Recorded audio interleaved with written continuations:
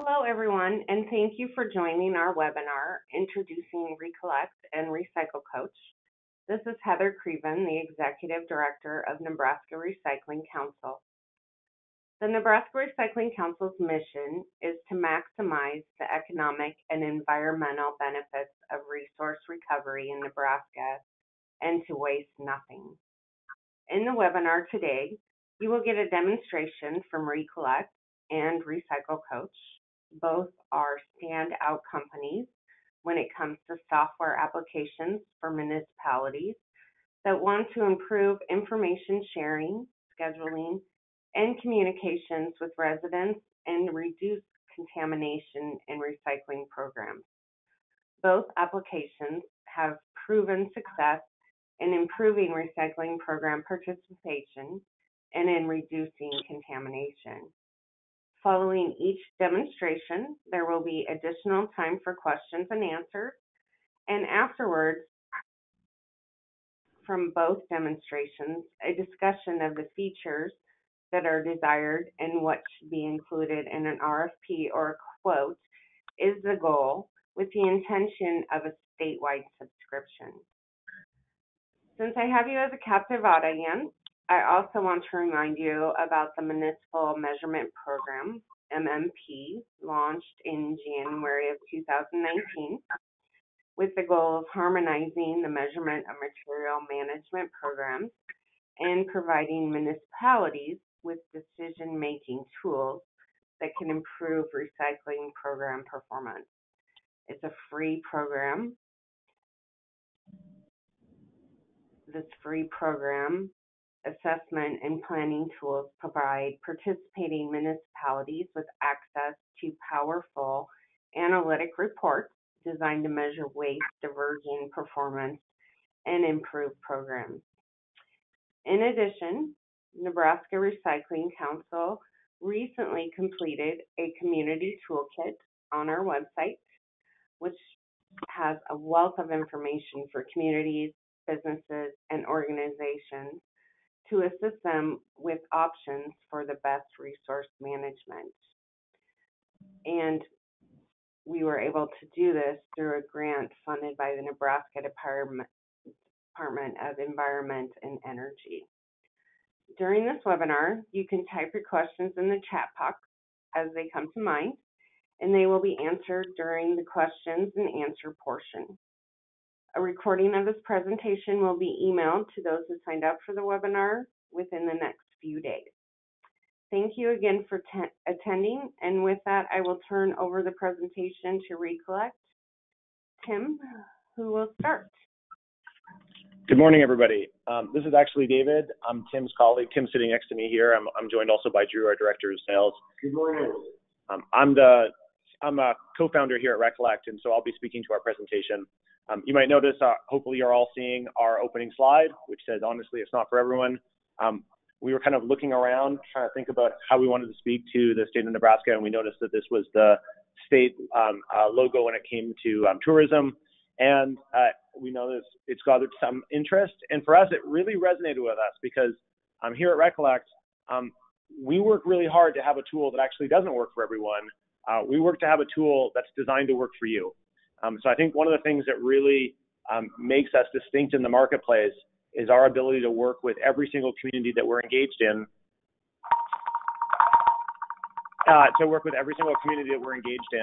and to really make sure that we have a tool that works, to meet their needs and to meet the challenges they have. So what I'm going to do today is I'm going to just talk a little bit about us, who we are, the team here, what it is that we do, and what are some of the kind of key questions we think that you should be asking as you're engaged in this process.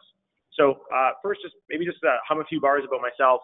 As I mentioned, I'm a co-founder here at ReCollect. I've been thinking about technology and government for about the last 15, 20 years. In addition to my work here at ReCollect, I'm also faculty at the Harvard School of Public Policy, which is called the Kennedy School of Government, where I teach about technology and government with courses both on procurement as well as how governments are leveraging technology to improve and deliver services more effectively and more efficiently. I also run an executive education program on that subject. which I run twice a year, where public officials from across the United States and around the world come in, take classes on those subjects as well. So for me, the kind of work I do at ReCollect is not just, hey, this is like an interesting company to have. It's really kind of part of a big mission I have in my life to think about how do we change the way governments deliver services and use technology to engage citizens in more meaningful ways. It's kind of like core to frankly, it's like the number one passion that I have. When you look at ReCollect, we have hundreds of clients across North America. That includes states and municipalities. So, it gets kind of hard to count how many communities we serve. It's probably more in the thousands, but we're trying to be conservative in talking about like the number of actual clients we serve. So that's in the hundreds. There are 78 million people, actually almost kind of north of 80 million people now, who live in communities that are served by ReCollect. And just to speak to that magnitude and that size, every week I get a stats email that tells me, what happened the last week.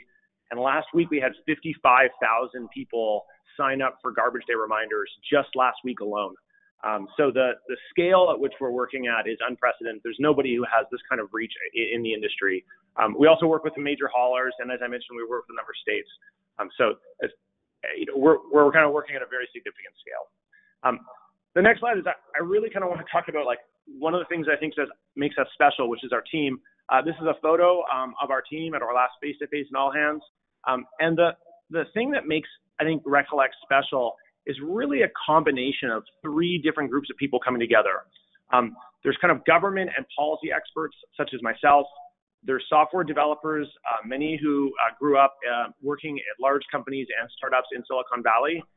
And they're just incredible. And then the third group that I think is really important and special is that we recruit very aggressively to get thought leaders from the solid waste industry who particularly have worked in communications to come and be engaged with us. So it's the merger of these kind of three groups of people, those focused on data and software, those with a background in government who kind of really understand the government context, and those who have a really strong understanding of the solid waste space, bringing them together to create a product that can serve the needs of government, but meet the communication challenges you have, but are using the latest and best technology. That's what I think is kind of really the secret sauce that we bring to bear. And so when you look at that group photo that I was showing you earlier, I've just put red circles around all of the staff that we have that have, I would say, literally walked in the shoes of the people who are on this call. So these are people who either worked for municipalities in the solid waste and recycling division, were the directors or heads of those divisions, or ran communications for those types of organizations. So those are all people for us who they have been our clients. And then we recruited them because we thought that they had exceptional communication skills, they had a good understanding about how to drive diversion in communications across a city and a municipality. And so we brought them into our organization.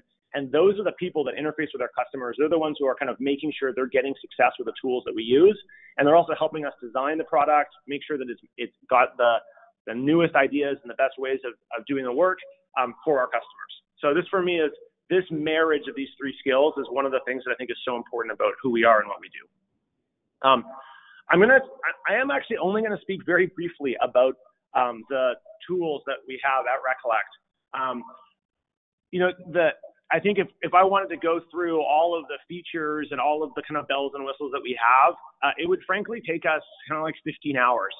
And so I think at the high level, what I really just want to say is at ReCollect, when you engage with us, we have tools that embed into your website. We have apps that you can download. We have Alexa skills that residents can use in their kitchen when they speak to it. And the really main thing we're trying to do is, how do we take all of the operational data about your program, how we take all the information about what the schedule is, what goes where, all the information that your residents need to understand in order to successfully participate in your program, and how do we make that as accessible and as easy for your residents to gain access to as possible. And for me, the core philosophy in all of this is, don't make the resident conform to a tool that you have, but how do we get this information into a place where your resident wants to go, or is ready to hear that information in that moment? So how do we get that information into their workflow or into a place where they're suddenly craving it? I think too often we try to kind of like blast or overwhelm our residents, and then everybody's trying to tell them something at the same time. What we really got to be looking for is those moments when they're ready to engage with us, and then seize on that moment to communicate with them. And so we do that across, tablets, as I mentioned, tablets, Alexa, smartphones, and on your computer. And we have a kind of a range of really, I think, great products and features. So this includes like a calendaring tool that lets them look at their schedule. I had mentioned before we signed up 55,000 people last week to garbage day reminders. We leverage those reminders to let you do push notifications, so you can let residents know about mistakes that they're making on putting things into the wrong bin. You can do emergency notifications, let them know about, if there's a weather alert and the trucks can't come, not to call the city because, it's going to be delayed for a day. We let them search for what goes in what bin. We have a game that allows them to kind of like play and try to put items in different bins and learn which is the right one. It's great for education. So we have a range of tools. Many of them are on our fact sheets on our website. I don't want to get into every single little feature that we do. What I want to do is talk about how our tools ultimately serve you. So that brings me to this slide, which frankly for me is the most important slide that we're going to share in our presentation. The number one thing when I'm teaching my students that I have to get them to focus on is all too often they show up and they're really excited to use technology. They'll say, I want a new widget on my website, or I want a new app, or I want something sexy that, is going to, it's technology and it's new. And it's absolutely critical that I pull them away from that. I'm thrilled that they're excited about technology. Like I have built a technology company because I'm excited about what technology can do. But what we really need to be focused on is what is the problem you're trying to solve. And I think one of the concerns I have about doing a big statewide program and the way that we work with several states and the way that we try to engage them is let's make sure that we're not creating kind of a one-fits-all tool that really kind of serves everybody's needs a little bit, but doesn't serve anybody's needs particularly well. So on this slide, you asked me what should be informing your RFP process.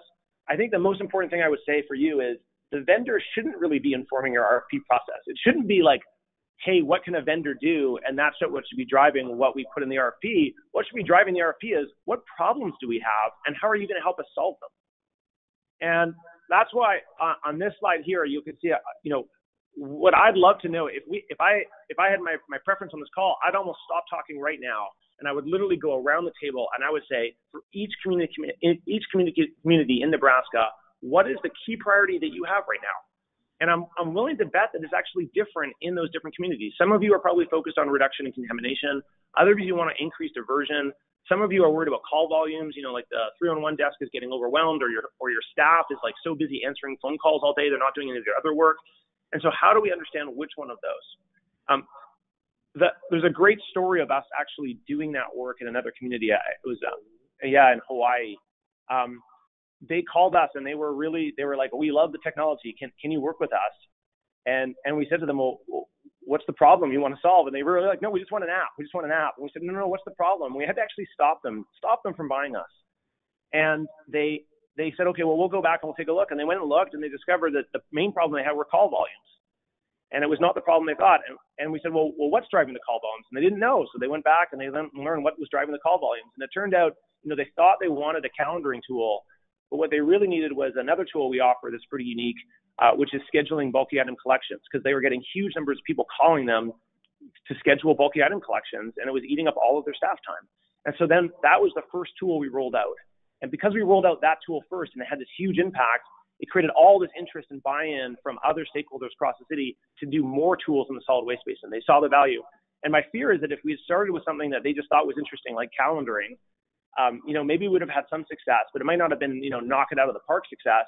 It would have been much harder for us to get buy-in from other leaders across the city for them to do more things. So these 4 questions here, what are your priorities? How will you define success? What are you currently communicating? Like, we want to know, what are you currently doing? And then we should talk about what tools we have that could support those and what tools we have that won't, and have that conversation with you. So this for me is a kind of key driver slide that I think should be informing the conversations that you have after we're done with our presentation. That said, the reason I want you to be focused on what causes you what your goals are and what you think success will be is I think one of the things that makes us so successful in the space is just the insane amount of data that we collect about the program and about communications with your residents. You're looking at a screenshot right now of one of our dashboards that you would have access to as a client, and it shows you, how many people are signing up for the service, how many people are you communicating with each week. We can even break that down by neighborhood. We have this just a huge amount of data that we can collect that then allows you to understand what's going on in your communications, so we can then help you refine and work on that communications to make it more effective still. Another big piece that for me is hugely important, and I talk about it a lot with everybody I talk to across North America, is so we're a white label solution. So you will not find the ReCollect brand very easily when you go searching across the internet, even though we serve more municipalities and more communities than any other player in the space. And that's because every single one of our implementations is custom branded for the community that we serve. And for me, this is hugely important. The reason is I do not believe that we as a company should disintermediate, and that means we should not get between you and your residents. You have a relationship with your residents. You've built brand over the last several decades on the programs that you've offered. Their relationship is with you. They should feel, and they actually should be communicating directly with you. And so how do we leverage the investments you've made in your brand over the last several decades? And then how do we use our technology to further enhance your brand in the coming decades is really the goal that we have. So use our amazing technology, but leverage it with your amazing brand and the relationship that you have with your citizens. The other reason that I feel so passionate about this, which is a little bit counterintuitive, is if for some reason you were ever to decide to get rid of us, if you're using our brand, it's exceptionally hard to do that. If you are using the ReCollect brand and you're telling all your residents, go download the ReCollect app, go use the ReCollect app, and then 5 years down the road, you decide, no, we want to move off of this, you've spent tens to hundreds of thousands of dollars over the last 5 years telling everybody to go somewhere, and now you have to go tell them to go somewhere else. And now you have to go spend even more money to tell them, no, you've been doing the wrong thing. Whereas if you control the brand, you can get rid of us and you could hire someone new, and you own the brand. You own all that content. And so you could just say, oh, we've updated our app and we've updated our tools, and now, now we're using this. And we even actually have tools. We never fortunately had to really use them, but to hand people over to a new app that's custom branded. So I think this is a really important piece in consideration for you to be thinking about in your RFP. In addition to being white labeled, that doesn't mean that we don't have incredible tools. So one of the nice advantages we have is just a huge amount of content, particularly on the kind of citizen engagement and marketing side that we've built up. And so this is kind of an example of a set of templates we have for sending messages out to your residents that you're able to leverage when you want to communicate to them. So we have pre-designed kind of communication packages, pre-designed tools and content for you to leverage when you want to engage with your residents. But it's all branded to you. It's all branded for you. So you look good, even though we're doing a huge ton of work on our end. As I kind of mentioned, I'm very, very concerned about kind of a one-size-fit-all approach. So different places, different problems, need different solutions. Here's 3 examples of states that we work with. So Massachusetts, where I happen to live, Maine and Connecticut, those are all 3 states that we work with. You can see here underneath them, the sub-bullet is what were the specific goals that they had. So we engaged with them and we kind of learned this was the main objective that they had. And so we've worked with them to create solutions that are kind of tailored to address those problems. So if we kind of do a deep dive into one of those, say Massachusetts, we have a tool that we've embedded on the state kind of Recycle Smart state page. This is the overall page the state has to help people figure out how to dispose of things more correctly. But then that tool can be embedded in the municipal website across the entire state. So here you can see there's Medford, Arlington, West Medford. These are all like classic Massachusetts city names. And they all have our tool embedded on their website, and they're not paying anything for this. They're just leveraging the state. But then some communities said, we have more specific problems that we want to solve on top of that. And so if you go to places like, here you can see Boston or Newton, here they have kind of different versions of our tools that have like other components. And it's because those municipalities approached us and said, yeah, we want to solve that problem. We also have this problem. So we're able to kind of really custom and focus it on what each community is looking for. This also gives us kind of flexibility in pricing and flexibility in how we work with you. So we can really kind of scale up or scale down depending on the budget that you have. It's not just states. It's not just actually places where we are engaged with the state. This is in New Jersey. We actually have 3 or 4 clients in New Jersey. I know New Jersey has kind of like a statewide program that they're doing, but many of the municipalities in New Jersey were like, that's not solving a goal that we have, and it's not leveraging the brand that we have. And so, in fact, after the state went with a kind of statewide program, several communities reached out and approached us and said, actually, this is what we want to do. And so if you go across the state, you'll have to see, again, similar, like our tools customized for each one, looks different on each one of those, really focused on the problem that they're trying to solve. So this is the kind of like, to bring you back again, this is like the questions I really, really want you all to be focused on. I think this is again, I don't want you to be shaped by what our tools are. I want you to be shaping us about what we're supplying to you and what we're providing to you as a service. So I think if you are able to answer these questions, then you're going to be really well positioned to put out an RFP that's going to force the market around you to address the needs you have, and not just get a piece of technology to say, oh yeah, we got an app and now we can move on. Because all too often I see that kind of leading to a place where it doesn't succeed and it ends up getting taken down, and it just doesn't work out. So what would we propose? I mean, I think in a perfect world, we would love to sit down, make sure that the goal is driving the process and not the technology, and like really do a consultation at the local level, engage with as many of the stakeholders as possible. We're happy to sit down with anybody who's on this call and learn more about what your problems are and talk to you about, how we would drive a solution to meet those specific problems.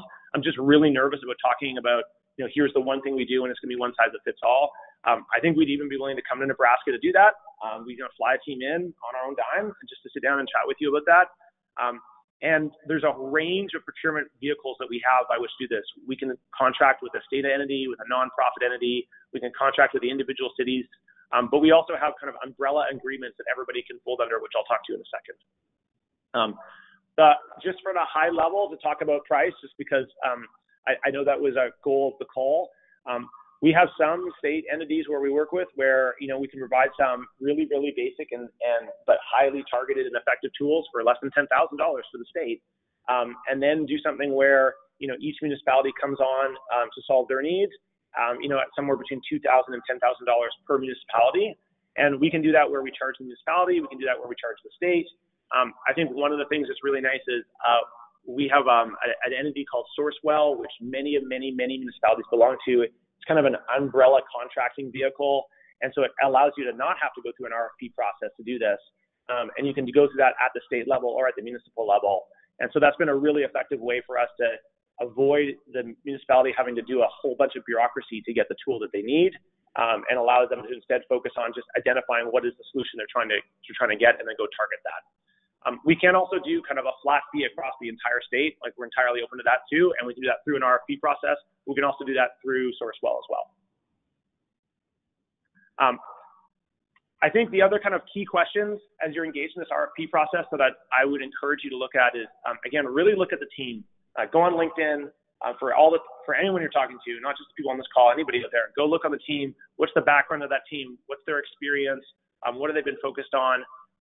Because that's the team that's going to be serving you. The tools, whatever the bells and whistles and the features are, those are going to change over time. What's not going to change is the culture and the goals of the organization and the people that drive it. And so I think taking a good look at that is really important. I think also like looking at their experience, like what's their background, who have they worked with. I would be happy to connect you with any of our clients. We are often referred to our clients as not just the favorite vendor that the waste department has, but the favorite vendor that the IT department has. Our customer success is legendary. Our ability to get on, our staff will get on the phone, help people solve problems. Our IT staff will actually get on the phone, typically solving problems in hours, if not days, if someone thinks there's a bug. And so the IT departments are often floored that we even call people back. Forget about actually solving problems within minutes, hours, or days. So kind of, I would be happy to put anyone in touch with any of our current customers. And that includes everything from states, we mentioned Massachusetts, Connecticut, to large cities. So Dallas, Fort Worth, Boston, Sacramento, Columbus, Ohio, all of the kind of big cities, down to tiny, small hamlets of 10,000, 15,000 people. So whatever the size is, we have people who kind of serve those, and I'm happy to connect with them. The other key thing I think you want to look at is trust and safety. Checking, has that vendor ever been hacked? I think often when solid waste departments are engaged in these kind of technology buys, they don't necessarily have the experience in kind of thinking about all of the threats and the problems that technology now brings with it. And so definitely having your IT people in the room, I think, is enormously important. But, this program, certainly the tools we have, we're collecting, people's email addresses, sometimes text messages for phone numbers, their physical address. There's personal identifiable information here, and you need to be really careful with that. So just looking at the security and safety record of the company, making sure they've never been hacked, I think is absolutely critical and important. And then finally, the long-term success for me, this comes back to the brands. Are you gonna own this program so that you can run it for the next 10, 20, 30, 40, 50 years and control the brand and be able to engage and own the relationship with your citizens or not? So these for me are kind of key questions you want to be asking. I know I'm coming up right against our time.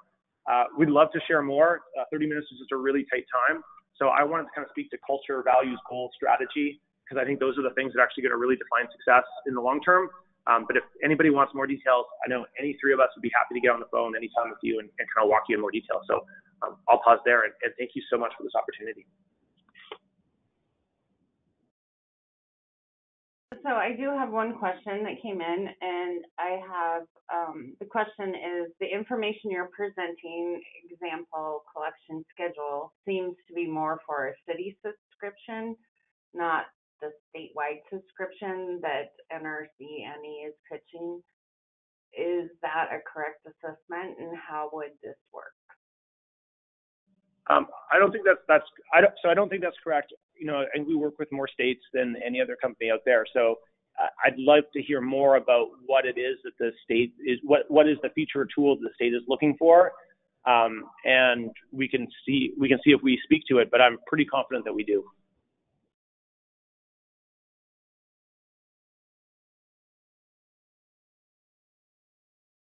That's great. I don't have any other questions at this time. So I don't know if you have anything else that you want to present. I think I want to just be respectful of our 30 minutes. I think we've bumped up against it. I'm sorry.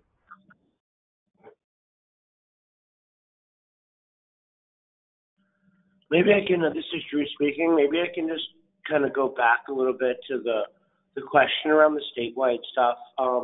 There's a lot to cover in this 30 minutes, so, definitely apologize if there was not some clarity. But in all three of those states that we mentioned, Maine, Connecticut, Massachusetts, we're working with the state at the state level, and they're providing tools down to their cities. And in some places, they're all done in a little bit of different ways, but like if I speak to the state of Maine, they have a master service agreement with ReCollect that provides preferred pricing and discounting to all of the organizational members of the state. So that's not only municipalities, but NGOs, haulers in that state. And so they're able to procure us through them or through us directly. There's different discounting depending on the optimal procurement process. And alternative to them buying through us, if they just want to have no-cost tools or tools that are included inside of the state procurement package, they're able to leverage what the state has purchased at no cost. So they literally take the technology that the state has on their site, and they're allowed to, at no cost, embed that technology on their sites. And we track that for them. We help them engage with those municipalities and gain adoption through them. So they are embedded on the number of sites that they are. And when we meet with them on a quarterly basis, we're helping them learn how they can engage with those municipalities and get those municipalities to leverage the tool and how they can educate those municipalities on how that tool can be beneficial to them. So hopefully that answers the question a little more. If whoever did answer that question has any questions further about this, I'd love to talk to them. My name is Drew. My phone number is at the bottom of that slide, and we'll be handing these slides out as PDFs after.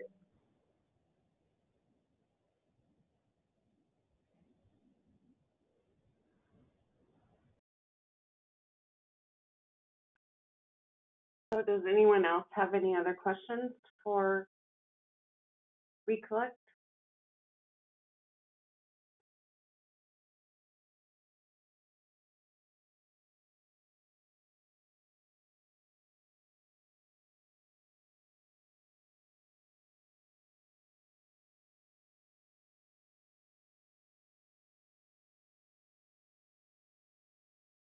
So can you talk about what email interfaces your program works with?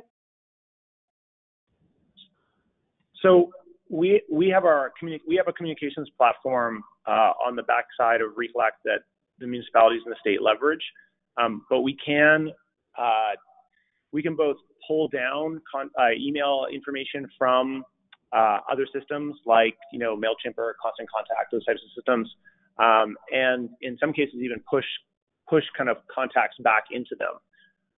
So there's a fair number of players out there in the marketplace, so I don't want to kind of go through a list of all of them. But if somebody has a question about integration with a specific player, I'm certainly happy to engage that.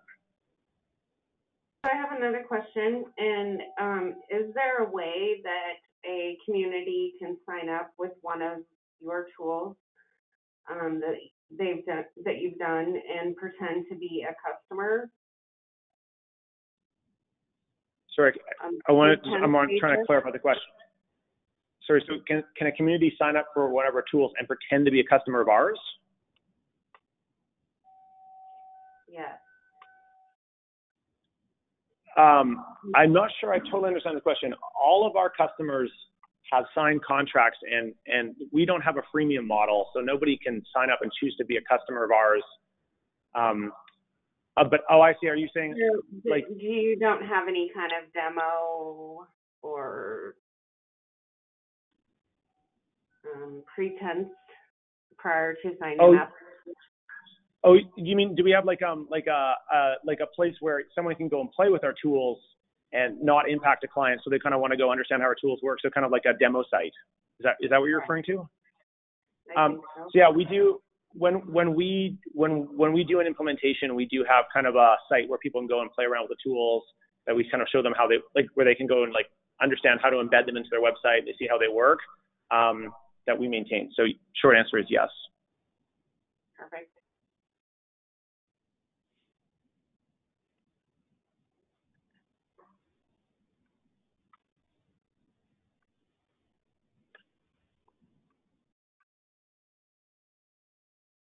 I am not showing that I have any more questions at this time. I did upload your fact sheet for 2019 to the actual webinar, so everyone has access to it. Thank you.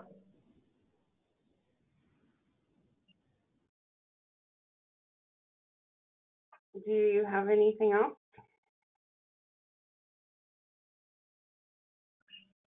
No, just want to say, thank you. We're really grateful for the opportunity to present. And if anyone has any questions or wants to learn more, I know any of us would be happy to get on the phone and do kind of like a deeper dive demo. We'd really love to kind of understand what the problems are that you're trying to solve, so we can speak to that. But thank you all so much.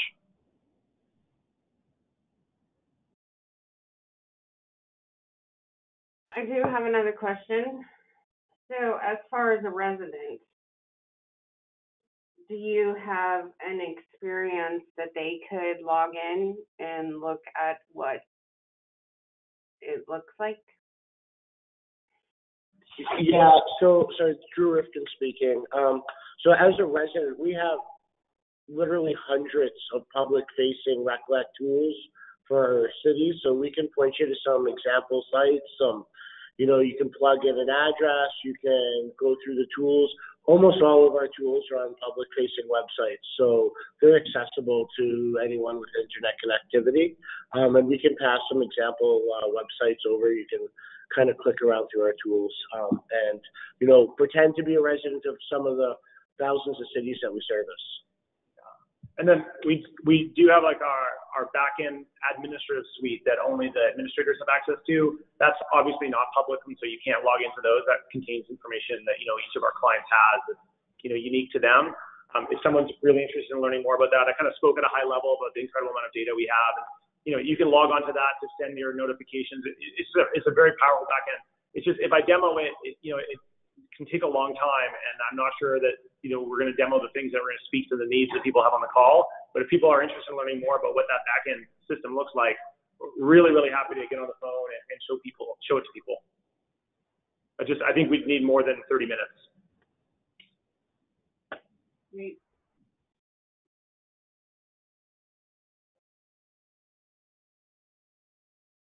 I appreciate your time and your willingness to give us a demonstration of what your program looks like and your application.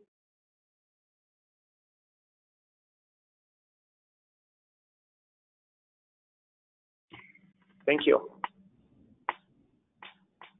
Best of luck with your other meetings, and I hope that you find this a fruitful venture. Yeah. And a lot of what we're saying is we hope you really think about everything you're trying to do very critically, and think about the big goals and the successes and what you're trying to do for your residents.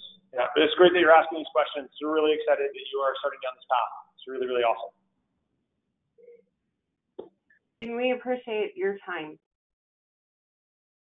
Cool. Thank you.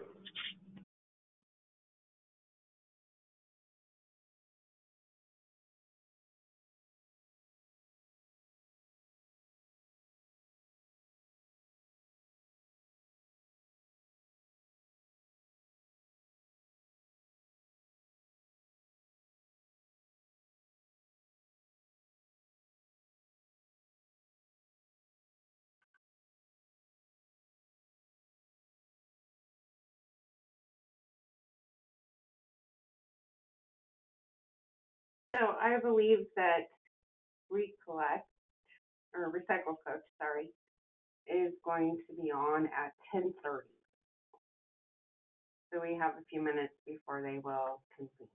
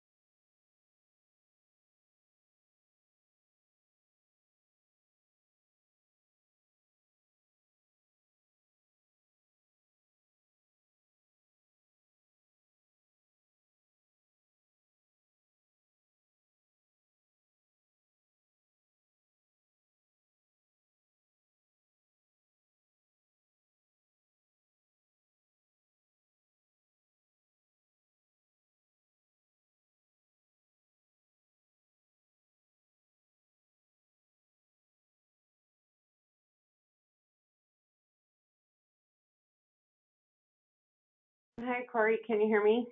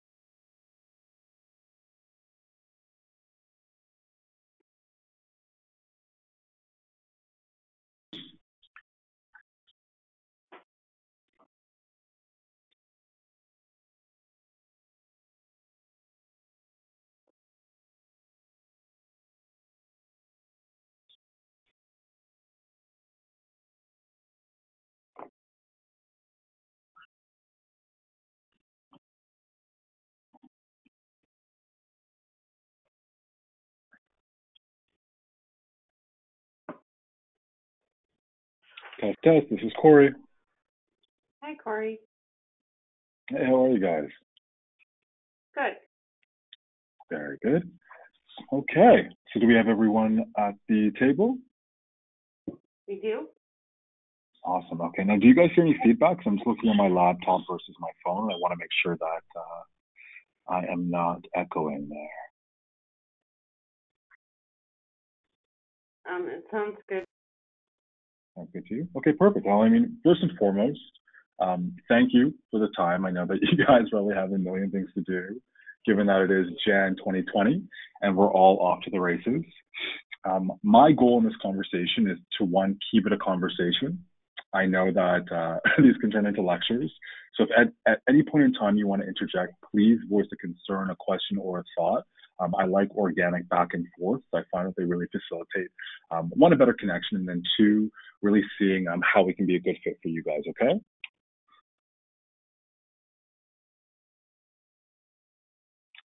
Okay, now can you guys see my screen? So you should be able to see Team Recycle Coach. Yep, I can see your screen. Excellent. So whenever I kind of enter into a conversation like this and I look at the world of recycling, I try to put on the perspective of the resident, you know, the everyday man and or woman, because as an expert in the field, which is kind of where you guys sit, words like contamination and eco-friendly and green, those all make sense, or at least more sense than they would to the average resident. But I find for them, a lot of it's just buzzwords. You know, they're trendy, they're kind of provocative, but I don't know that the average person understands what they mean and really what sort of responsibilities and ownership they ought to have over them. And that, I think, is where solutions like Recycle Coach come into place, and really why we've had a lot of success with the clients that we work with. So we're all over America, all over Canada. We're very broad spectrum in our client type. One of our biggest clients is actually the entire state of New Jersey. And I think this will be especially relevant to you guys because when you look at contamination and recycling and waste management from a state perspective, it can get very segmented. There are a lot of personalities, there are a lot of municipalities, and there's just a lot of flow of information going from A to B, and it has to be managed. But it can't be complicated, which is always kind of the catch-22. And through technology, we've really been able to, one, create a solution that is simple, that is seamless, but that doesn't compromise sophistication. And when I take a bird's eye view of the recycling landscape as it relates to a city a county, or even a state, I see these 5 key challenges. So it could be facilitating change. It might be segmented policies and practices, or it could be thought leadership or a combination of the above. But ultimately, all the micro frustrations and all of those kind of moments of learning really fall into one of the 5. And I'm of the opinion that number 1 is relevant to everyone. You know, we all want to facilitate a change. We all want to shift resident behavior. But the question is how? You know, it's not enough to tell residents that you want them to behave in manner A, B, and C. You really have to afford them the tools to get there and really make the journey clear to them. And then as an addendum to this, there are a lot of opinions in recycling. You know, you have corporations, you have different branches of political office, you have people on social media, you even have people's neighbors, everyone chiming in with what they think is correct, with what they think is valid. And I think the onus really is kind of on the governmental end to establish that thought leadership and let your people know, hey, when it comes to orienting yourself in this space and really getting a sense of where you're at and where you need to be, come to us first. Let us be your compass and really guide the way on that. And I think if this happens, a lot of the frustrations within contamination, within how residents kind of handle their waste or the recycled items would be alleviated, because this is fundamentally a human problem. Contamination isn't one of those things that can kind of solve itself. It really is human driven. And so I think we really have to apply a human touch. Which kind of brings me to the recycling conversation. When I look at any given prospect, I always like to ask them, you know, what's the emotional state of your people? As counterintuitive as a question as that might be, I really want to know, where is the resident's head at? Are they confused? Are they overwhelmed? Are they passionate? Are they hopeful? And more importantly, why? Because I can see scenarios where confusion can lead to frustration, and frustration can lead to people simply turning off or becoming disenchanted. But then I can also see people who are hopeful and passionate, but also confused. I can see them becoming wish cyclers. And so it's only really in understanding the emotional makeup of a people that I think you're really able to say, okay, you know what? Here's where we're at. And based on these data points, here are the first steps we need to take. Because once again, this is a human-driven problem. And so it would behoove us not to account for that subjective quality. And then to kind of piggyback on this thought process, we also like to look at the recycling IQ of the average resident. You know, do people understand the basics of recycling? Not the nuances, but just even the basics. What aspects of recycling are the most confusing to people? And if we had to quantify people's kind of recycling IQ from 0 to 100, what would it be? You know, is the average person 50% out of 100? Are they 30? Are they 80? And I think that it's in quantifying where people are at in terms of comprehension, in terms of knowledge, that's going to really also define where the educational process begins. Because if people's foundation in recycling is not strong, it doesn't make sense to get too minute or too kind of myopic in our focus. You really want to start ground up or bird's eye view down. And so really blending not only the human touch, but also kind of a more systematic approach is really where we found a lot of success, especially for bigger client types like a state, like New Jersey, or like you guys. So that kind of brings me to who we are and what we do. Broad spectrum, we are a tech-based company. Our solution's available via a web application as well as a phone application. And at the end of the day, we're really trying to make recycling make sense to the resident.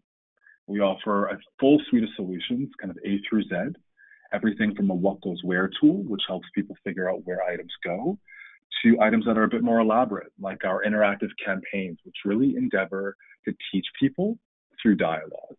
And in a moment, I'm going to show you what those look like. So if we kind of delve into our what goes where tool, I'm going to take you to actually one of our clients. So this is Louisville, and this is their website. And so with our what goes where search tool, like I said, it's available not only in a web interface, but it's also available on the phone. So we don't want a bar to entry to be a cause for concern. We know that in certain areas of a city or a county or a state, you're going to have areas that are just more rural. or areas where most people don't have smartphones, but they do have access to the internet.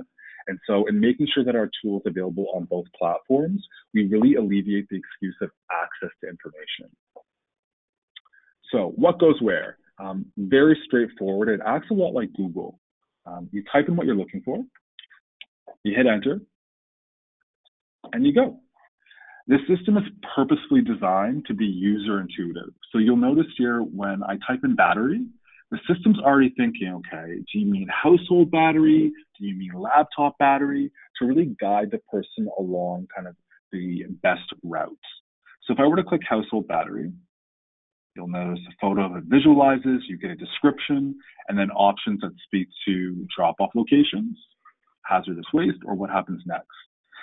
Now, I know that a lot of tools out there kind of offer similar-ish features, but the point of differentiation for us is that we actually build this out for you.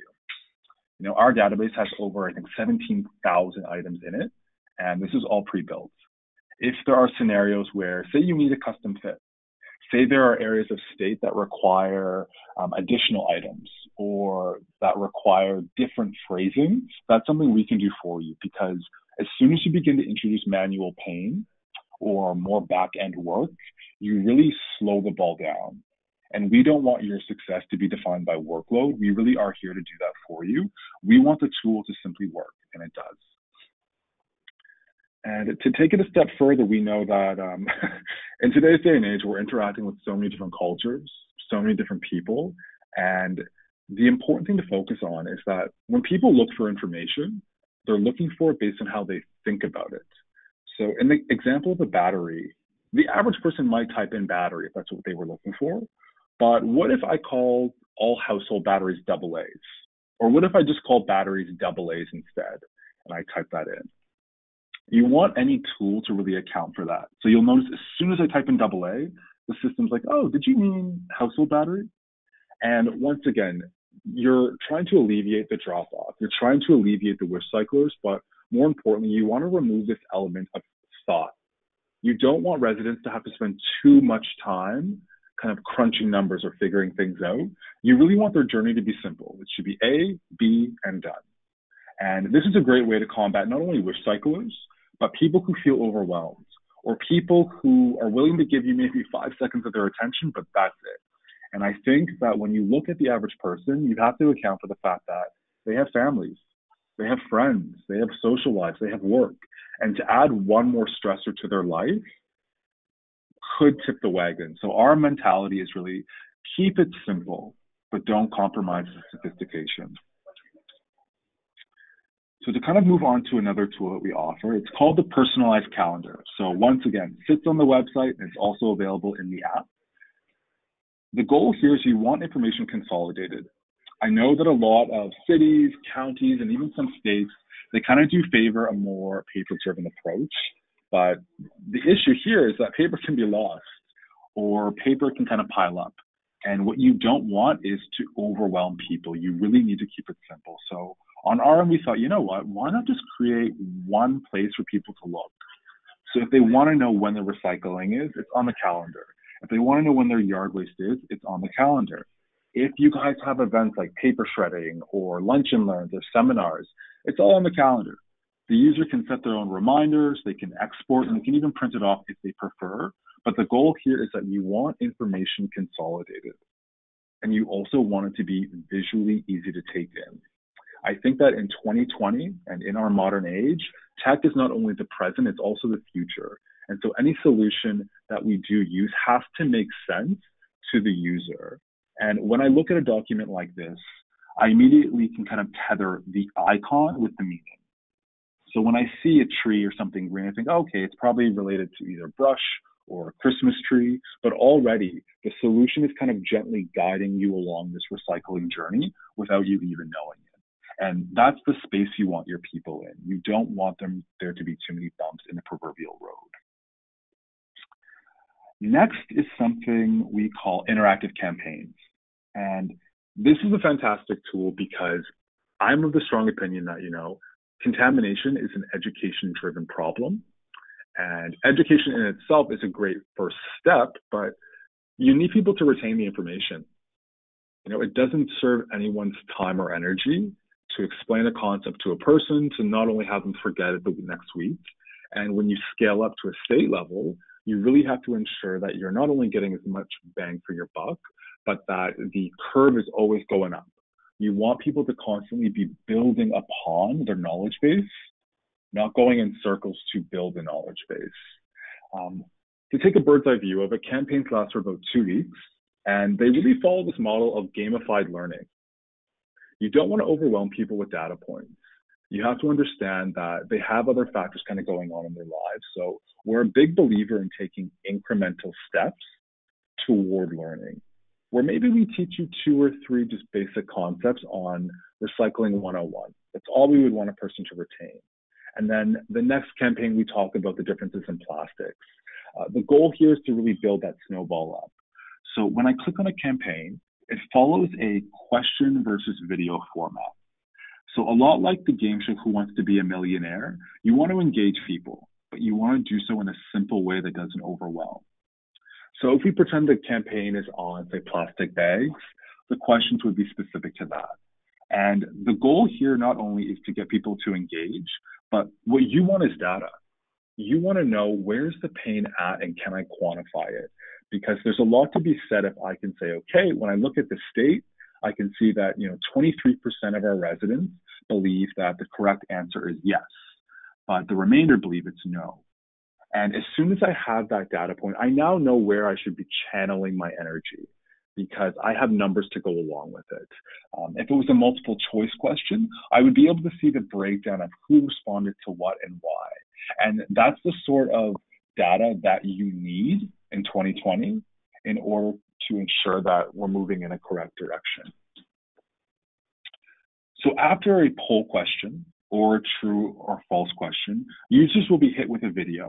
And the goal of the video is to give them a little bit more to work with. It's to kind of flesh out the concept in everyday terms and really help with retention. Some people learn best through visuals, others like written word, and others like to kind of hear the message. And so through our question and answers, be it polls or true and false or the video format, we really cover all facets and all learning styles. But once again, the goal here is data. You want to know where the pain is at. And the only way to do that is to have a conversation. Some people have the belief that they can, maybe send out a PDF or that they can post it on a website. And that's all true. But if I have a question, a PDF or a website or a flyer is not going to be able to answer my question. If I receive a piece of learning and I'm unclear on a concept, I'm going to want some form of touch point or some form of feedback. And with our interactive campaigns, that's what you're getting. I can kind of see what the correct answer is once I hit submit. And then in seeing the correct answer, I know, okay, let me add that to the pool of knowledge. And it's only in kind of going back and forth that people learn. I think that if I were to level with the average person, a lot of residents feel like they're the villain. They feel like they're doing everything wrong. They feel like they're being told to kind of go above and beyond, but they're not sure how. And it's really in kind of bridging that gap that you're going to find people jump on board, that you're going to find people who want to stay on board and kind of expand not only what they know of recycling, but really improve their day-to-day activities. And then to touch on 2 more concepts. One is the push notification.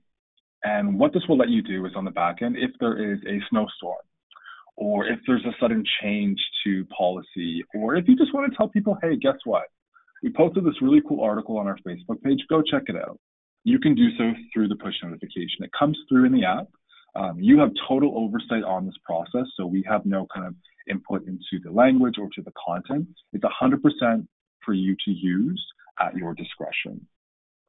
And the reason why I kind of emphasize this point is that in today's day and age, there are so many platforms people could be looking at. A lot of people are of the opinion that, oh, you know what, I could probably just do that through Facebook. Or, oh, I'll do it through radio. Or maybe I'll send it a flyer. But my question's always, how do you know the residents looking there? If I lived in state, you wouldn't really know if I was more of a Facebook guy, if I was looking at paper print ads, if I heard kind of radio announcements. There's simply too many directions that I could be in for you to anticipate. So we think, you know what, let's just be proactive. Let's guide people towards where we want them to be, and then let the learning begin. Now, I know kind of with this entire idea of shifting resident behavior and getting people to not only become better recyclers, but to become more competent, there is this question of, okay, well, is focusing on it from a residential perspective the best way? And I think yes and no. I think that the residential perspective has to come into the equation, but what about schools? What about students and kids? Because they're going to be the ones that really shape the recycling culture of the future.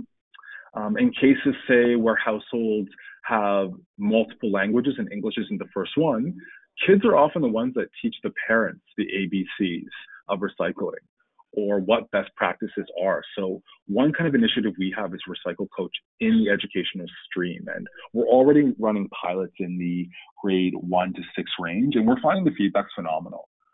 Kids really enjoy kind of being a part of the process, but they're also more malleable. They want to soak in the information because they haven't really been jarred or tainted or kind of made up their minds quite yet. So it's a really special opportunity to shift the behavior before it even begins.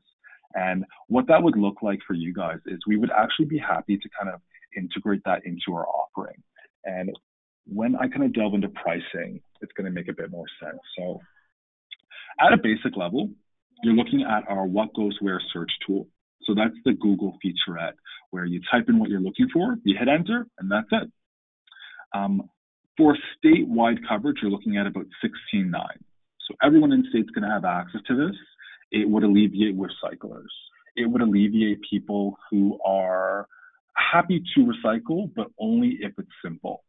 And it's also just very practically useful in the day-to-day.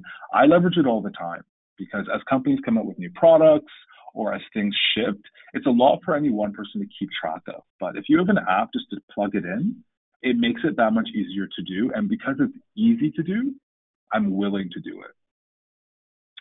If we take a step up, we have our standard. So standard's going to include what goes where. It's going to include detailed backend analytics. It's going to include the personalized calendar. And it's also going to include the push notifications. So here you're adding a few more layers of robustness in the case that what goes where in itself is not enough. Because as you begin to educate people, you're going to notice that there are more and more challenges to overcome or to kind of curtail. And we don't want clients to be in a position where they have to kind of mix and match or they have to find a bunch of different services from different vendors. We really want to be an A through Z. But with that being said, we don't want people to feel as though it's either one or the other. So we like to kind of offer a tiered system. If we take another step up, we're in the pro range. So pro is everything I discussed, but it's also going to include our interactive campaigns. And this is something that's going to come out monthly. It's going to be very analogous to the Netflix model of offering a service. So users can binge product if they want. You know, if people are really passionate or just very excited to get engaged, they can go through all of them. Then there are some people kind of like me who are kind of always in a rush, but happy to learn. It would let me kind of learn at my own pace. I wouldn't feel overwhelmed or kind of pressured. I could really do it when I found pockets of time. And that for me would be really key as an incentive. And at a pro level, you're looking at about $54,009. So it includes everything discussed thus far, plus the interactive campaigns. Now, if we take one more step up, and this would be the final step up, we have Pro Plus. So all the bells and whistles, but we're also going to make sure that interactive campaigns are available for students in school. And these campaigns will be specific to the programs kind of running on that school level. So it's really completing the loop. You're not only taking care of the present day person, so your everyday residents, but you're also taking care of your future by investing in them now. Not when they're 25, not when they're 30, not when they're 50, they've made up their minds about the world. You want to really expose people to new information and best practices when they're young. And I even see the divide between myself and family members, where because I grew up in an age of kind of social responsibility or sustainability, I'm more cognizant of little things, like say leaving tap water running. When I wash my hands, I tend to turn the water off wash, and then turn it back on.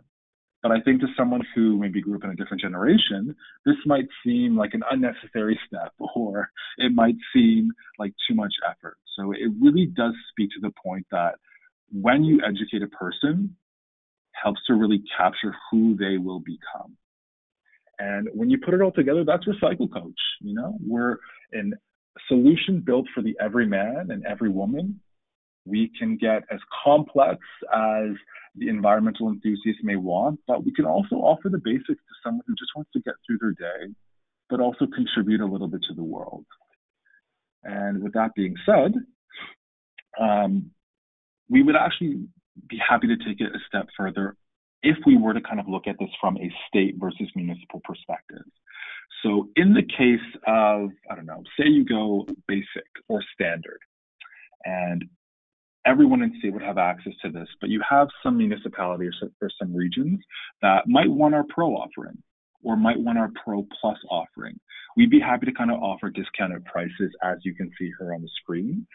So it really isn't all or nothing, because once again, we know that at a state level, things can be very segmented. Things can involve a lot of different personalities, and not everyone may want the same thing. So just know that there are options, and that if people in certain regions of state want more, they can get more, and it won't impact the masses. And that is Recycle Coach. Thank you, Corey. I do have some questions for you. Okay. My first question is, can you integrate or import this calendar into your Google or other calendar? Absolutely. So we leave that as an option for the user in the event that they are kind of more Google-centric or they use Outlook. But we leave that option open just to allow for more flexibility. And then you also noted that 30 to 40 hours is what it takes to set up the Ask Milo function. Yeah, so that's just kind of, just from beginning to end. So the time range there, it's going to be very specific to how much kind of customization you guys would need. The general kind of build out time from A to Z for, say, the entire solution would be 2 to 4 weeks. But if it was just the Ask Milo, it's done in a couple of hours. So that's really something that we would delve into on an onboarding call, where we get a really clear sense of not only your goals, but really your KPIs. Where do you want to be in 1 month, 3 months, 6 months, 12 months, so that we can kind of etch it out. And then from there, we would be able to tell you how much time it would take. And so I have another question. When you say that this is available for statewide, yes, does that mean that every resident of the state gets access? Absolutely. So every resident in state would have access. And then how do you deal with communities that have multiple haulers for their waste collection system? So with a system like that, that's something that our client success team would delve into. We would ask that you guys just provide us with pickup dates, the routes, and the addresses. And this typically is already had on your end in the back end, typically in an Excel file. You just send it on over to us, and then we would upload the data onto the system, because if we place the onus on you guys, it's too much work. So we have an entire team that's devoted to just that.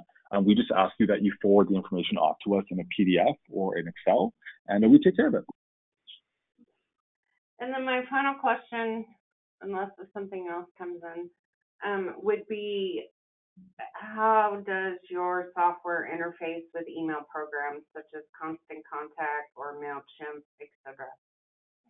So we interface with all major email clients and kind of in-between solutions. You would just kind of let us know which ones or which one you guys use, and then we would have our developers just kind of turn on a switch on the back end, and that would really be it. Because once again, we realize that there's so much variation on market that we'd rather have all bases covered. So it's really a matter of you let us know kind of what the setup is, and then we have our team take care of it. Perfect.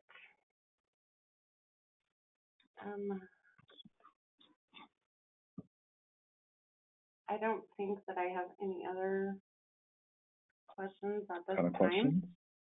Okay. Oh, wait, I lied. Sorry. Okay, I forgive you just this once, though. With your education in schools, how do you work with educators to integrate this information?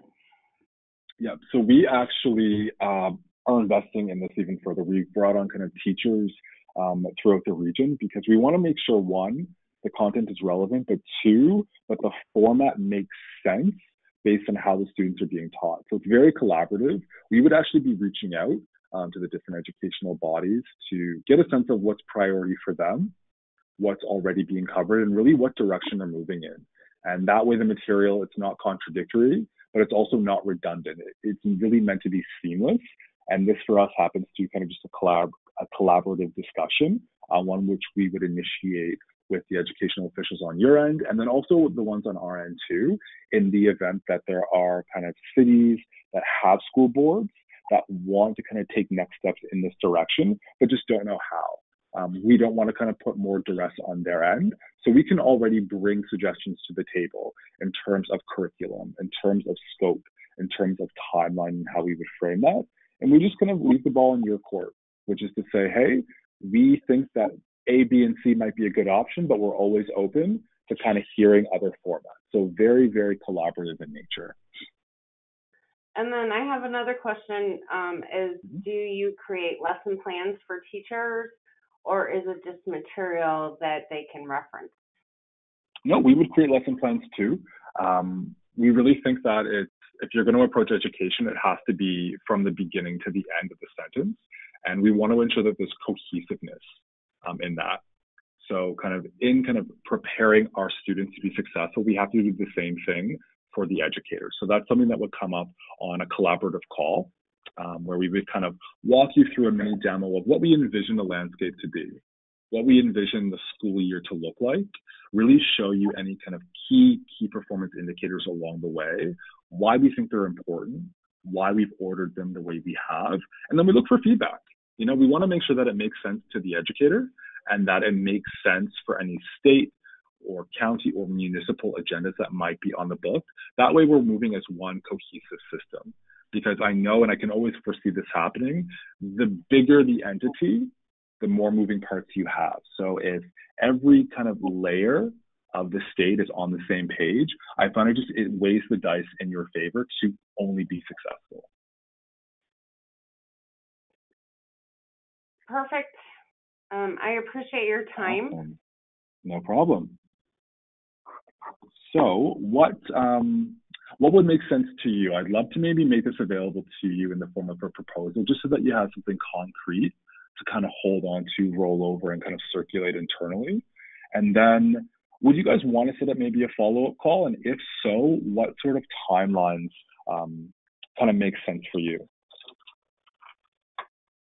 I think that the plan is that we will have a discussion following the two demonstrations and try and get some kind of decision as to what our needs are and what features are desired for us. Okay.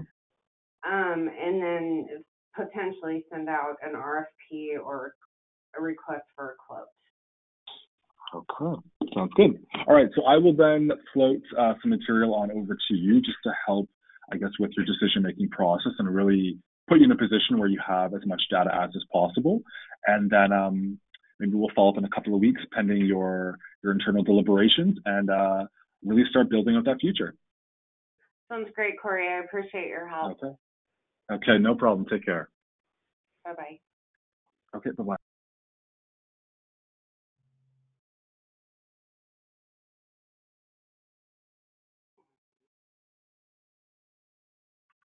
Okay, so now I have to figure out how to unmute everyone.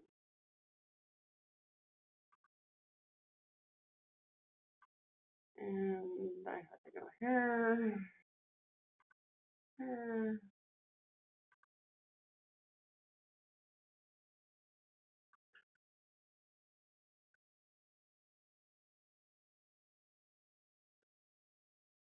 Okay, I don't know how to unmute everyone. Can anyone talk?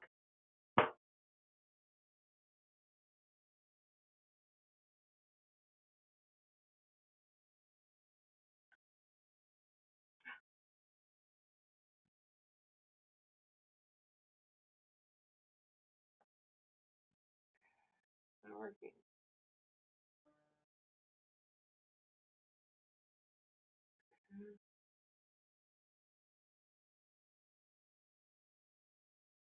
Cannot take. Hello? Hello? I think we got an unmute over here. I'm trying to unmute everyone.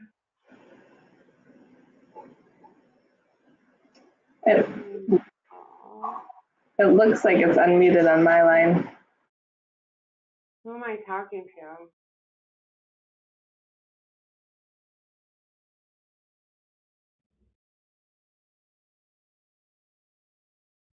Hello?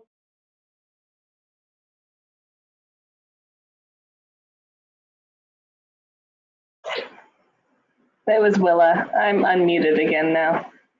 Okay. Well, I assume everyone else is. So, is it true that, well, Julie said that the city of Lincoln and Omaha, I don't know if Paul Dunn is still on the call, I am. are going to make a decision between ReCollect and recycle types. Is that true? The city of Lincoln was interested at one point in time in Recycle Coach, but I stopped that contract when I moved into this position about a year ago, and I was interested in the difference between the two of them. And ReCollect is something that I've been more interested in as of recently. And Paul, what is your stance on it?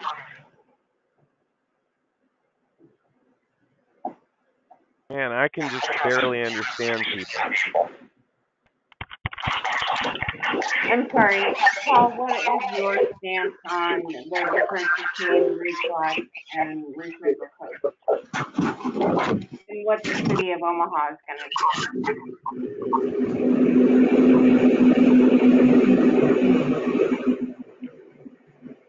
We are definitely going to have one of the services.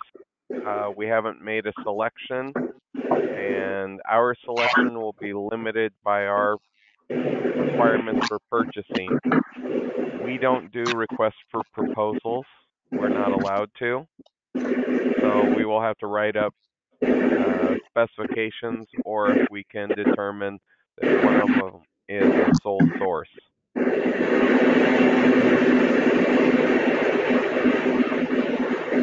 Is there one that you like better than the other so far, Paul?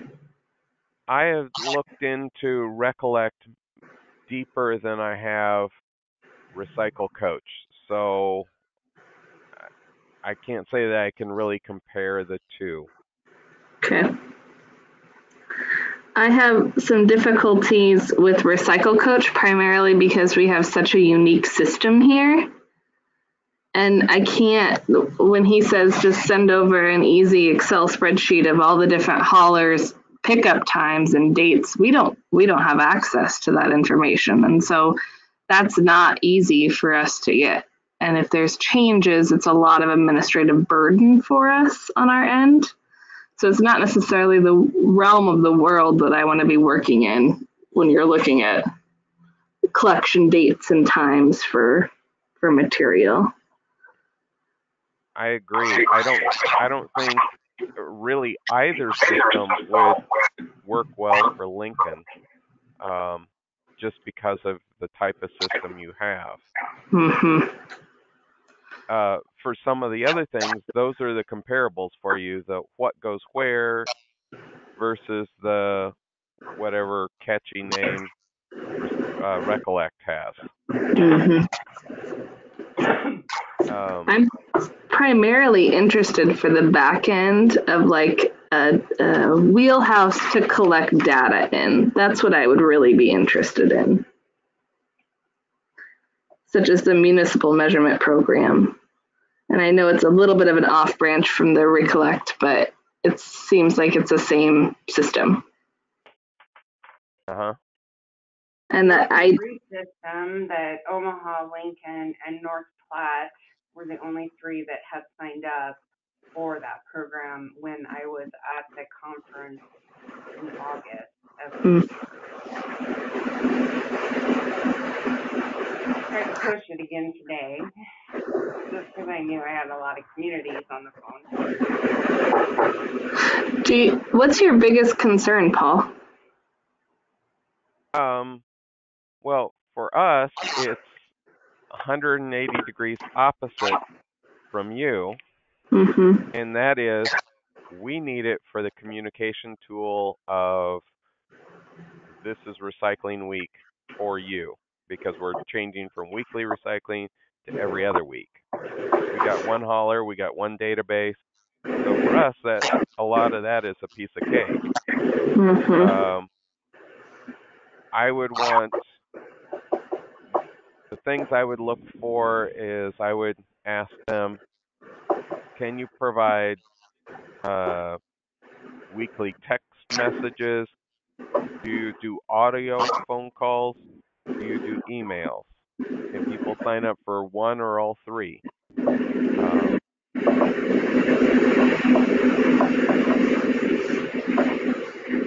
We're definitely in the realm of dealing with elections. These sort of universal what goes where will answer your questions things always scare me to death because they notoriously give out bad information. Yes. Agreed.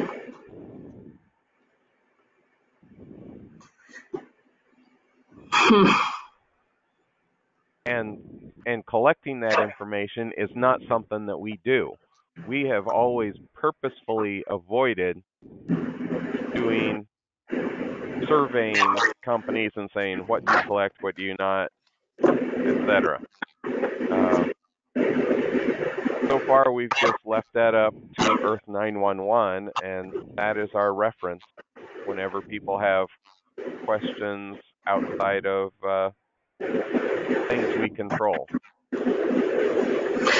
We do an annual guide. I think we're going to switch it to a biannual guide, where we do have interns do a survey, either us or at Keep Lincoln, Lancaster County Beautiful. We work as a collaboration. And then we have those resources available where they can take their electronics, so their appliances, those sort of items. Yep. I'm well aware of that. I did that once upon a time. I was an intern. And man, you guys are just like shutting me down. Look at you now. I know. We have an online recycling guide, but my understanding is they're making some changes to it in 2020, and I'm not sure if it will still be established or at what point it will be established. So there are some concerns there. There are some that we manage ourselves, so we call multiple companies and confirm that they're still recycling the same things. There are others that could sign themselves up. I believe the city of Lincoln and the city of Omaha are both on our recycling guide. Yeah, I don't know. I just have real problems collecting information because as soon as you hang up that phone, you're not sure if that information is correct. I agree with that, and that's what my solution is. If they take this platform away that we're utilizing now for free, is to just reference Earth 911 and the other one, and I'm drawing a blank, Emergenologist. So yes, I agree with you 100%. So the other big concern that I have is obviously contamination of the recycling stream, because that hinders everybody downstream, as we all know. And right. To me, for us, I hate to get into the minute details of we at the drop-off sites collect 1 through 5, but you at residence can do 1 through 7, and our company takes plastic film and your company does not. Like, I'd love to have it just be very broad and very clear of what is recyclable and what is not recyclable per the guidelines of the MRF. I think that's going to get really challenging because it's going to be based on your territorial area and where you live or where you work. I'm not sure how you do that unless if Lincoln goes to some kind of organized hauling system like Omaha Moore has, Mm-hmm. in my opinion. Well, you're saying, organize it based on a MRF. Well, I'll be honest. First Star gives different information to different groups of people. And so we have just always contended, this is what you're contracted to do. This is what we're going to say. And I think that's where we get into the blurriness, and this is just my concern. I don't have a real solution for it, but of like, all right, I have this random receipt. Can I recycle that or not to the public? Or I have this cord of Christmas lights, and what can I do with that? And I think that's where we get hiccups on all of this confusion about what can and can't be recycled. And I would agree with you. I think those MRFs, it depends upon the day and what their brokers are telling them, what's valuable on the market, what's not valuable on the market to accept into their sites, or even just general education of their own people of what they can and can't recycle. But I think for trying to translate this to the community, we've been trying to hit up some social media sites. There's a good one in Oregon, and it says, recycle or not. And obviously this is location specific, but it does show an example of a cup from McDonald's. Can you recycle that here in your community or not? So we've been trying to get that information out that way.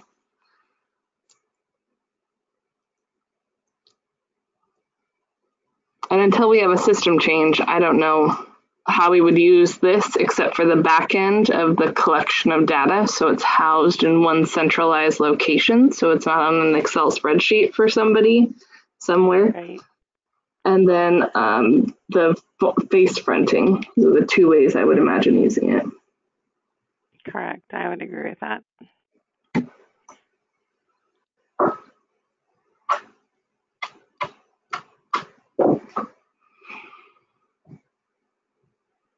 So I don't have a good answer of what the next steps are. I don't either. I think that there is a great program, but I'm not sure how that, even at the basic level, it's $16,900 on the one. The other one didn't give any pricing. How it could be funded statewide. I don't know what that picture looks like. And you get $16,000 worth of value, right, in that sort of list statewide. Mm-hmm. Right. Is that any better than Earth 911, which is free, and do you figure out a way to fund an intern who will interface with Earth 911 to make sure that data, they do a fairly good job of keeping stuff refreshed there. But if you have somebody local who makes more efforts to refresh things. Well, and I think there's a lot of these. So I think you guys launched the RAP program in Omaha for the plastic film, but even they have a search site or a search engine on where you can drop off your plastics. And then there's all of these popping up that I am almost like maybe Google is just a better option than trying to manage all of this information through one site. Well, the problem is people won't even Google stuff themselves. The level of questions that get submitted from our website is just laughable sometimes. Really? I do like your website a lot, by the way. Thanks. I'll let the designer folks know. Good.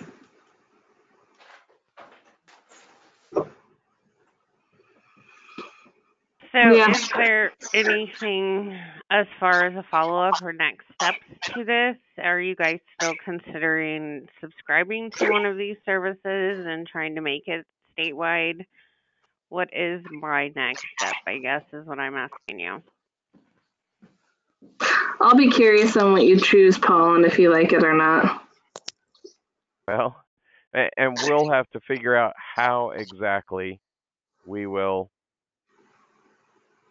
go about the selection process between the two. If we get truly motivated that one is better than the other,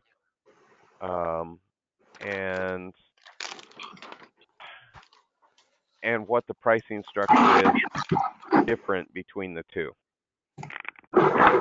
Right, and only one of them presented pricing, so I understand that. Well, I have some previous pricing from ReCollect. I think I got a quote from them too for this last round of NDEE grants, specifically for that back-end metrics collection.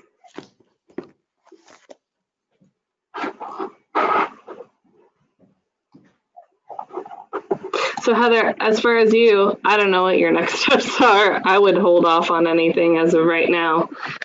To me, I think what you're getting for grant funding for the problem issues that we don't have any resources for, so like your expanded polystyrene or your TVs that you're doing, those are a problem.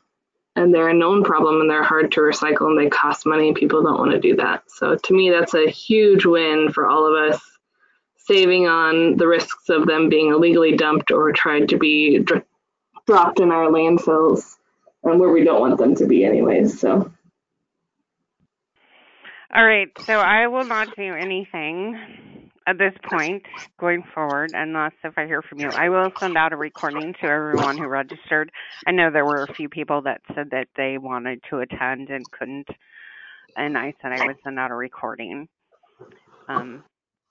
So I guess at this point I won't do anything more going forward. Willa, I do want to ask you, we have formed an advisory council, and I wanted to know if you were interested in being a part of it. An advisory council just in general, or? Yes. So they meet quarterly, 2 times a year is Jean's goal in person. Kelly McReynolds and Jean Hanlon are the chairs. Yeah. He thought that we needed someone else in Lincoln. I think I have, let me see where my list is. Sorry. I have Tim Bliss, Jack Chappelle, Dale Eckhart, Lori Erickson, Laura Berthelsen, Jean Kent, Chris Vale, Dana, I don't know how to say her last name, Klabens, maybe.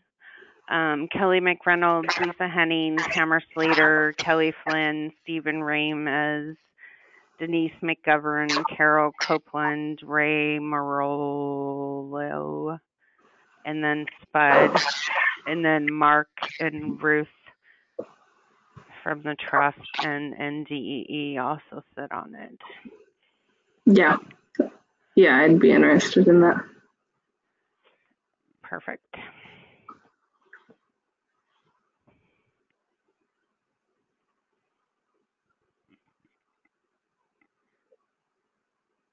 It's nice to connect with you, Paul. Yep, good to connect with you. Thanks for setting this up, Heather. Or Julie. Julie did it, and I was just facilitating it, and yeah, I kind of sputtered around it, but I made it through. Hey, Heather, this is Kent. I put a couple of comments in the chat box. I saw there was a couple that I didn't get answered, but I will email them off to them and get that answered. These were comments specifically for you as part of this later discussion. Okay. All right. I will review those and figure out. Again, I'm not sure what exactly the next step is, or if there is one. I don't know. The cost is really expensive.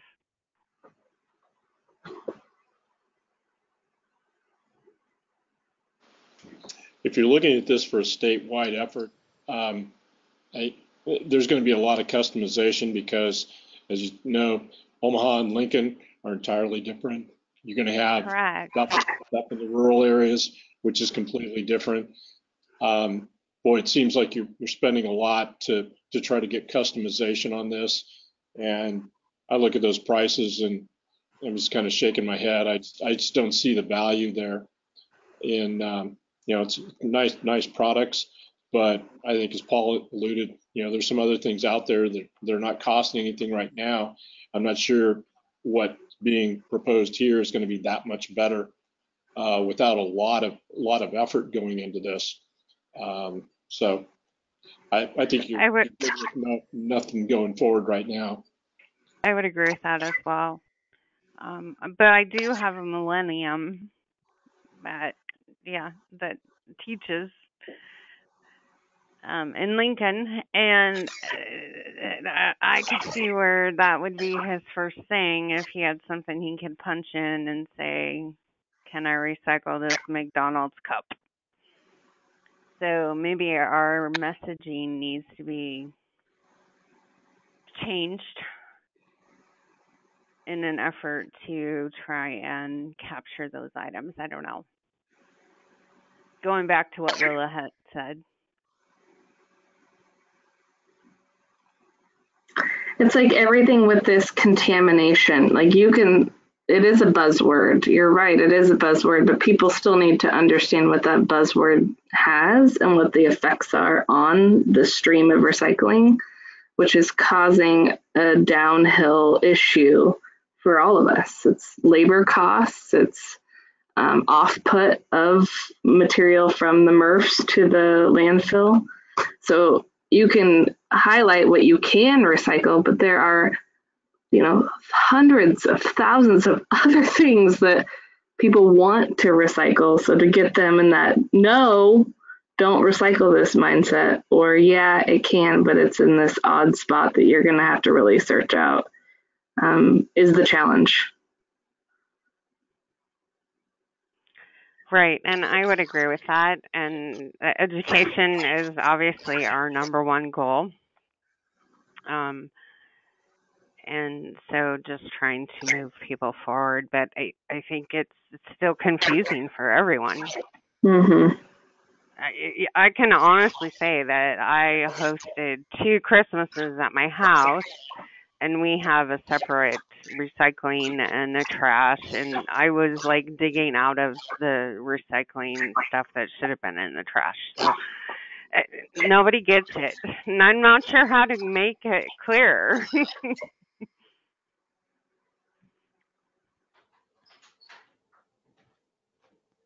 Won't get any argument from me about that. It's just hard, and it's even harder with the markets and everything else going on in the recycling world.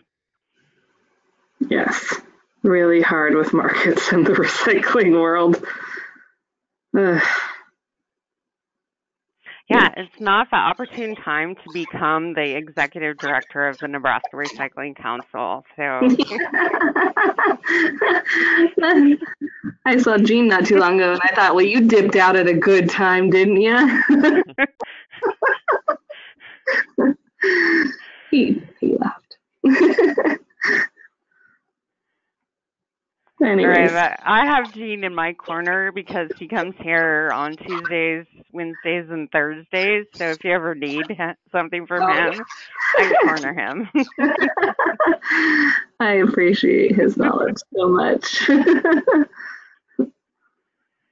And Paul and Kent, both of you are awesome. Kent, I have written a letter for the measurement task force. I just haven't sent it yet. I passed it on to my assistant to fill out some of those emails on that spreadsheet. Okay, sounds so that great. I can complete it. I'm anticipating having a meeting in February. Willa, I would expect you to be on that task force as well. Okay. And Paul, you're on my list. Okay.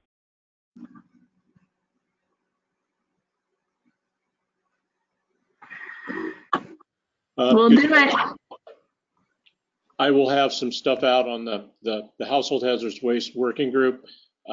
Hopefully, might be at the end of this week, but certainly by next week, just to kind of for some next steps there.